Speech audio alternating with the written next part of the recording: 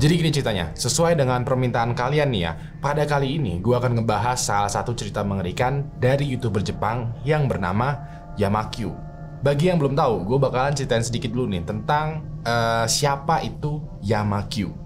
Yamakyu adalah seorang YouTuber asal Jepang yang baru aja menyewa sebuah rumah pada Desember tahun 2021. Rumah yang Yamakyu sewa itu luasnya sekitar 65 meter persegi dengan 2 lantai, 3 kamar tidur, dan 2 kamar mandi. Semua furniturnya masih layak pakai, bahkan beberapa baru aja direnovasi. Yang paling menggiurkan adalah harga sewa rumah ini ya, itu sekitaran 49.000 yen atau sekitar 6 juta per tahun. Padahal ya harga pasaran sewa rumah di sekitaran situ itu bisa mencapai 150.000 yen atau sekitaran 18 juta per tahun. Menurut Yamakyu ini murah banget karena ya disewa dengan harga di bawah pasar. Nah, plot twistnya di sini nih. Penghuni sebelumnya itu meninggal di kamar mandi. Walaupun begitu ya, Yamakyu merasa tertantang dan pada akhirnya tanda tangan tuh kontrak sewa untuk 2 tahun. Yamakyu pun tinggal di rumah itu sambil juga merekam beberapa paranormal experience yang terjadi di sana. Nah, dalam video ini gue akan sekiranya tuh ngebahas nih rangkuman dari perjalanan Yamakyu dan juga paranormal experience-nya. Penasaran kan? Maka dari itu, share video ini ke teman lo yang setiap diminta komitmen, dia selalu jawab dengan kata berkabar, yang padahal ujung-ujungnya itu nggak ada kabar. Nama gue Ewing dan ini adalah kisah misterius dari YouTuber yang tinggal di rumah hantu bernama Yamakyu. So, setelah Yamakyu menandatangani kontrak sewa, Yamakyu langsung tuh pindahin barang-barangnya dari rumah lama ke rumah baru nih. Habis dia pindah-pindahin tuh, dia tata ulang tuh ya barang-barang kepunyaan dia. Begitu sekiranya udah selesai pindahan dan udah rapi, Yamakyu itu duduk nih sambil istirahat sambil juga bercerita. Dia bercerita kalau di kontrak sewa rumahnya itu tertulis bahwa si penghuni sebelumnya itu meninggal gara-gara mental illness. Yamakyu di sini awalnya curiga, tapi memahami dan pada akhirnya memaklumi apa yang dimaksud dengan mental illness ini ya. Menurut dia ya, mental illness adalah sebutan halus dari bunuh diri. Jadi si agen kontrak rumah itu tidak menuliskan kalau penghuni sebelumnya itu meninggal karena bunuh diri, tetapi karena mental illness. Kenapa begitu? Karena si agen kontrak rumah itu bakalan sulit tuh menyewakan rumah ini kalau si calon penyewa tahu kalau rumah ini tuh bekas bunuh diri. Maka dari itu si agen kontrak itu kayak sedikit menutupi kenyataan ya mengenai apa yang pernah terjadi di dalam rumah ini. Yamakyu pun akhirnya tinggal di rumah ini. Baru beberapa hari dia tinggal di rumah itu, dia mendapati setiap paginya barang-barang di toiletnya itu sering jatuh sendiri. Pada akhirnya, Yamakyu memasang kamera GoPro di toiletnya untuk mengetahui sekiranya kenapa barang-barangnya tuh bisa jatuh. Yang dia dapati malah ngebuat bulu kuduk dia itu merinding. Gue mau lo perhatiin baik-baik.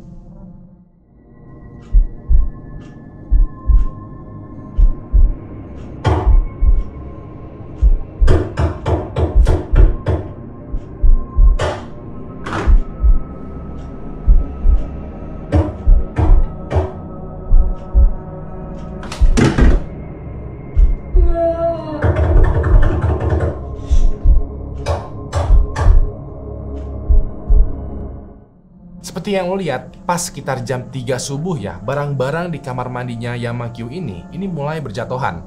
Selain itu juga, mulai muncul tuh suara-suara seperti ada yang menggedor-gedor pintu atau tembok.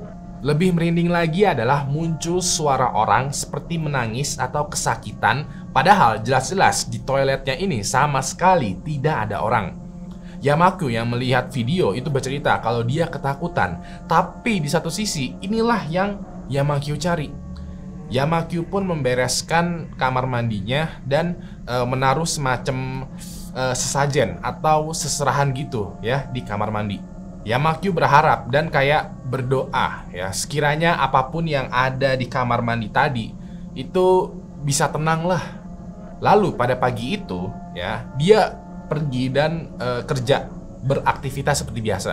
Nah, pas pulang kerja, dia menemukan kalau dupa yang dia pasang tadi itu tiba-tiba jatuh dan berantakan.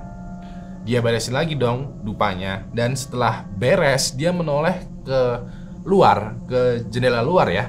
Dan ternyata di luar rumahnya itu ada sesuatu yang membuat dia penasaran.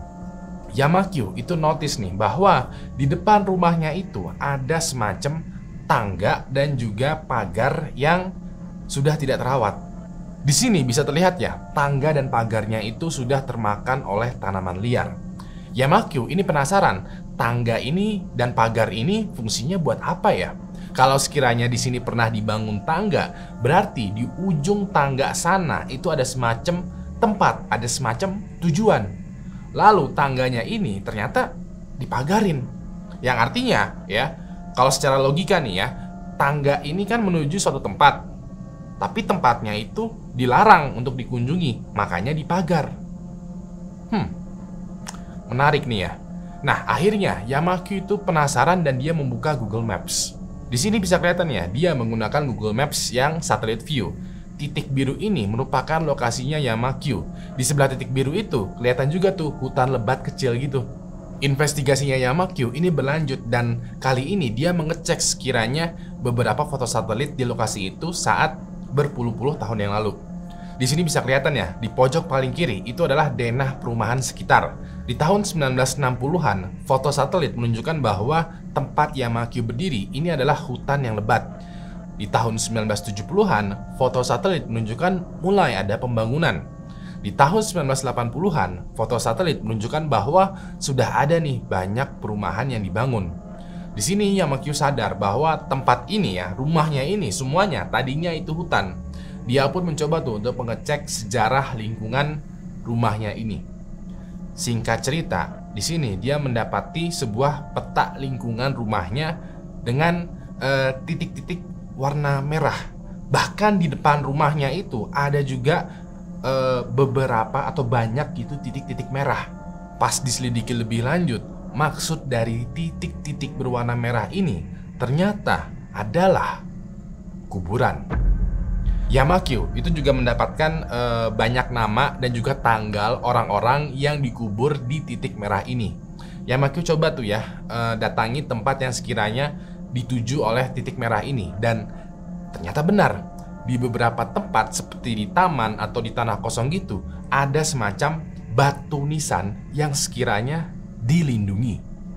Di beberapa kuburan itu ya, Yamakyu mendapati plakat yang isinya itu semacam sejarah singkat mengenai siapa-siapa yang dikubur di kuburan ini.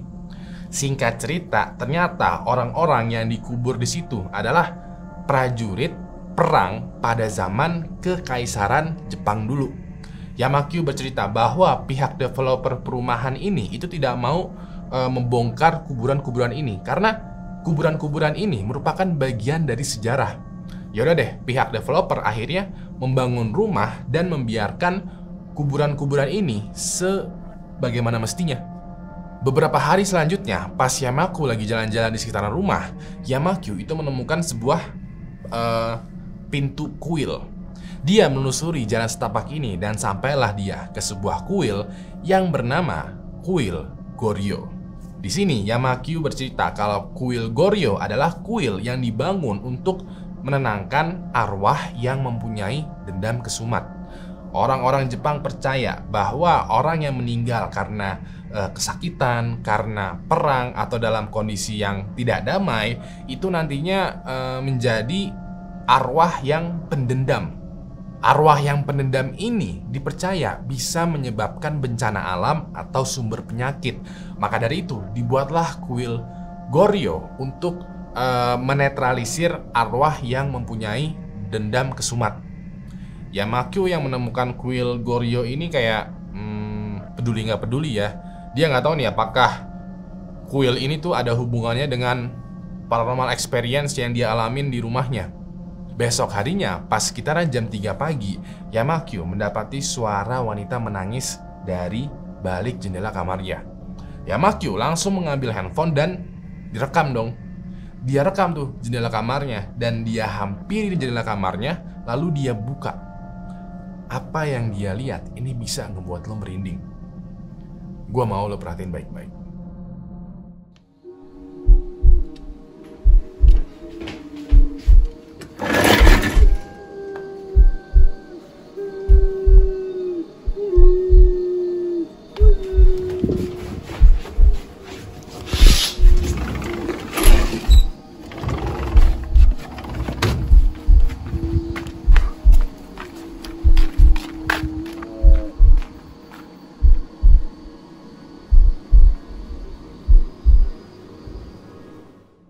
Seperti yang lo lihat, pas Yamakyu membuka jendelanya, tidak ada apa-apa di depan jendelanya. Walaupun begitu, lo bisa mendengar ya, pas di momen ini itu ada suara cewek lagi nangis atau kesakitan gitu. Suara si cewek ini juga jelas banget kayak bersumber di depan jendelanya. Yamakyu pun keluar rumah dan memastikan sekiranya siapa yang ada di sekitaran jendelanya, dan hasilnya adalah tidak ada siapa-siapa di sana. Beberapa hari selanjutnya, Yamakyu itu lagi-lagi nih menemukan paranormal experience yang ngebuat gue ngerasa aneh nih sebagai penonton ya. Jadi sekitar jam 1 malam, dia mendapati kamar mandinya itu kayak ada yang ngetok. Padahal ya, yang seperti kita tahu, Yamakyu ini itu tinggal sendirian di rumah.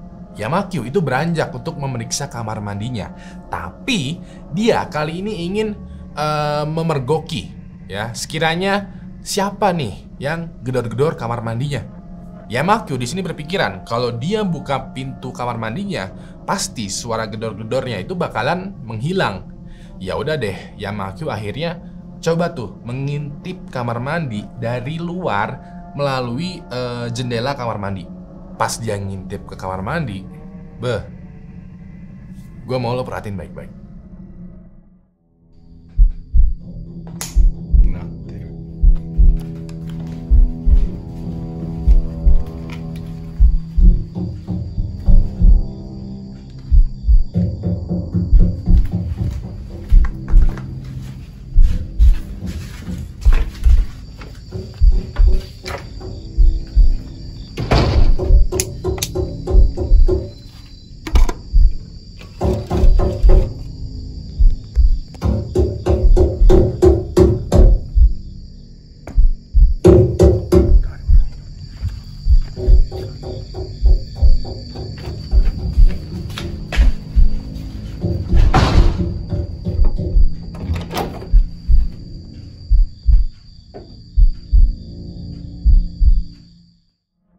Seperti yang lo lihat ya, pas Yamakyu mengintip ke kamar mandi, ternyata tidak ada siapa-siapa di kamar mandinya. Walaupun begitu, lo bisa mendengar dengan jelas bahwa kamar mandinya ini emang lagi digedor-gedor. Yamakyu masuk lagi tuh ke dalam rumah, dan pas dia buka pintu kamar mandinya, bener dong, gedor-gedornya tuh menghilang. Yamakyu di sini sempat ada pikiran kayak mungkin gedor-gedornya ini bukanlah paranormal experience, melainkan rumahnya yang agak rusak. Yamakyu berpikir mungkin ada kayak kayu gitu ya yang ketiup angin jadinya bersuara. Terus juga mungkin ada hewan mungkin gitu yang terjebak di langit-langit yang akhirnya tuh ngedor-gedor kamar mandi gitu. Atau mungkin pipa airnya yang bermasalah. Yamakyu akhirnya memeriksa rumahnya tuh, mulai dari toilet, langit-langit, sampai juga ke bawah tanah rumahnya. Hasilnya adalah tidak ada yang aneh. Yamakyu berkesimpulan bahwa rumahnya ini normal-normal aja. Besok pas malam harinya, lagi-lagi Yamakyu mendengar suara dari luar jendelanya. Suara kali ini bukanlah suara perempuan, tapi suaranya seperti kakek tua yang sedang meminta tolong. Yamakyu mengejar dong suara tersebut, dan nah ini nih, gua mau lo perhatiin baik-baik.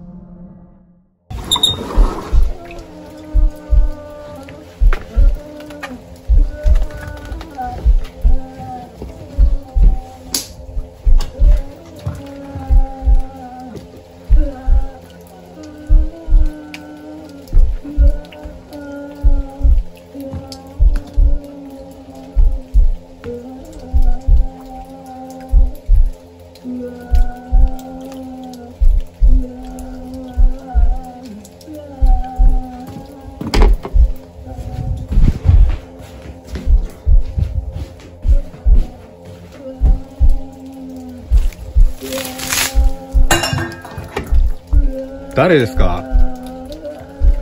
誰かいます？ Seperti yang lo tadi dengar ya, ada suara kakek-kakek yang kayak kesakitan gitu. Suaranya itu muncul dari balik jendela. Padahal di sini jelas-jelas tidak ada siapa-siapa di sana. Yamakyu di sini bercerita bahwa pas dia perhatikan baik-baik suaranya itu sebenarnya bukan dari halaman rumahnya. Menurut dia, suaranya itu berasal dari pagar atau dari jalanan yang letaknya itu persis di depan jendela kamarnya. Dia bersaksi kalau suaranya ini seperti kakek-kakek yang nangkring gitu loh di pagar rumahnya itu sambil minta tolong. Pas Yamakyu samperin, seperti biasa ya, suaranya itu berhenti dan tidak ada siapa-siapa di sana. Yamakyu di sini benar-benar ngeri dan bingung dengan apa yang sebenarnya terjadi. Gue seperti nih ya buat nonton satu persatu semua video yang Yamakyu upload. Dan hasilnya adalah masih sama nih ya. Yamakyu itu masih sering tuh mendengar suara tangisan tiap malam dari pagar rumahnya. Kadang suaranya seperti wanita, kadang suaranya juga seperti kakek-kakek. Selain itu juga suara gedor-gedor dari kamar mandinya itu juga masih sering muncul. Yamakyu kemudian mulai mencari tahu lebih dalam nih informasi di sekitaran rumahnya ini. Yamakyu akhirnya tuh mendapatkan informasi dari tetangganya ya. Tetangganya ini bilang bahwasannya tetangganya ini itu sebenarnya juga mendengar suara kakek-kakek sama suara perempuan lagi nangis di depan rumah Yamakyu. Tetangganya ini sempat tuh kayak ngintip ya, pas suara ini ada terus tetangganya itu ngintip.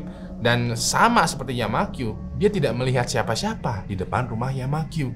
Setelah itu, Yamakyu juga mendapatkan informasi baru nih dari tetangganya. Tetangganya bilang bahwa di sekitaran sini itu ada hutan yang bernama Hutan Tachibana. Hutan Tachibana ini terkenal angker.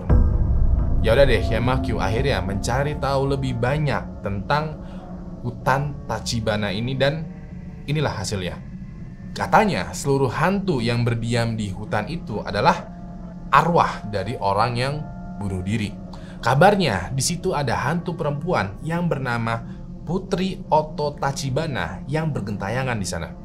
Awalnya Putri Oto Tachibana dan suaminya yang bernama Takeru itu sedang melakukan semacam ekspedisi gitu, menjelajahi lautan. Somehow entah karena apa ya, Putri Oto Tachibana ini meninggal di tengah perjalanan. Suaminya yang bernama Takeru ini sedih ditinggal mati istrinya. Walaupun begitu, Takeru tetap melanjutkan perjalanan dan sampailah di daerah perumahan tempatnya Yamakyu ini. Takeru pada akhirnya membangun sebuah kuil untuk mengenang Putri Oto Tachibana ini. Letak kuilnya itu persis di depan rumah Yamakyu. Warga sekitar sana percaya kalau Putri Oto Tachibana ini itu akan bergentayangan di tengah malam.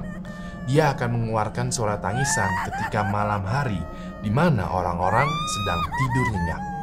Yamakyu itu mulai berpikir kalau apa yang terjadi di rumahnya itu bisa jadi adalah ulah dari Putri Oto Tachibana. Walaupun begitu, ini semua masih sekedar spekulasi.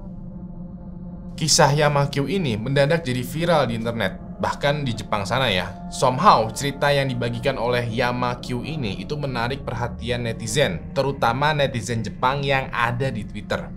Ada nih salah satu viewers Yamakyu yang nge-DM ke Yamakyu, bilang bahwa yang angker itu nggak cuman rumahnya Yamakyu, tapi juga seluruh rumah yang ada di sana. Si viewer ini lalu menyertakan sebuah video sebagai buktinya. Dia bercerita bahwa dia mendapati penampakan hantu nenek-nenek di guest house yang letaknya nggak jauh dari rumah Yamakyu. Tapi jujur ya, menurut gua video ini itu agak kurang men. Seperti yang lo lihat, cowok di dalam video ini ceritanya kayak merekam sambil juga menantang penampakan nenek-nenek yang muncul di hadapannya. Ya, mohon maaf banget nih ya, kalau gue boleh jujur, videonya itu tidak begitu jelas sehingga penampakannya itu juga tidak kelihatan jelas. Cuman katanya sih ya, ada nenek-nenek gitu yang muncul sambil memperlihatkan tangannya. Selain netizen ini, ada juga netizen yang bilang kalau dia menemukan penampakan di rumah Yamakyu. Penampakannya ini dia dapatkan dari Google Street Views pas melihat ke rumah Yamakyu. Seperti yang lo lihat, netizen ini bilang bahwa dia mendapati penampakan wajah misterius di kamar mandinya Yamakyu. Cuman kalau gue boleh jujur, sekali lagi ya, kayaknya ini maksa deh. Kayaknya ini kayak halu deh, kayak kurang gitu loh. Lalu kejadian yang menurut gue membetekan adalah netizen mulai nyamperin rumahnya Yamakyu. Di dalam video ini, Yamakyu mulai bercerita bahwa tiba-tiba rumahnya ini didatangi sama orang asing pas jam setengah 12 malam. Yamakyu samperin orang itu dan ternyata orang ini adalah penontonnya Yamakyu. Yamakyu nanya ke orang asing ini kayak, mau ngapain lo? Dan orang itu menjawab, ya gue pengen aja melihat fenomena ini secara langsung. Yamakyu merasa keberatan ya dengan kehadiran orang asing ini karena Yamakyu merasa privasinya mulai tidak dihargai. Yamakyu merasa kaget aja gitu, tiba-tiba rumahnya itu didatangi sama viewersnya sendiri. Ya emang sih awal video Yamakyu memberikan lokasi di mana letak rumahnya itu, tapi bukan berarti ya viewers itu bisa datang ke rumah Yamakyu tanpa izin. Yamakyu sampai saat ini sepertinya masih tinggal di rumah itu ya. Bahkan update terakhir yang gue lihat di channelnya, Yamakyu itu masih digentayangi tuh sama suara-suara tangisan misterius. Di video dia yang terakhir, dia bahkan samperin itu suara yang ada di pagar. Menurut gue suaranya ini itu bersumber dari depan dia persis. Ya bener-bener depan dia persis, literally depan dia persis. Tapi ya somehow tidak ada siapa-siapa di situ.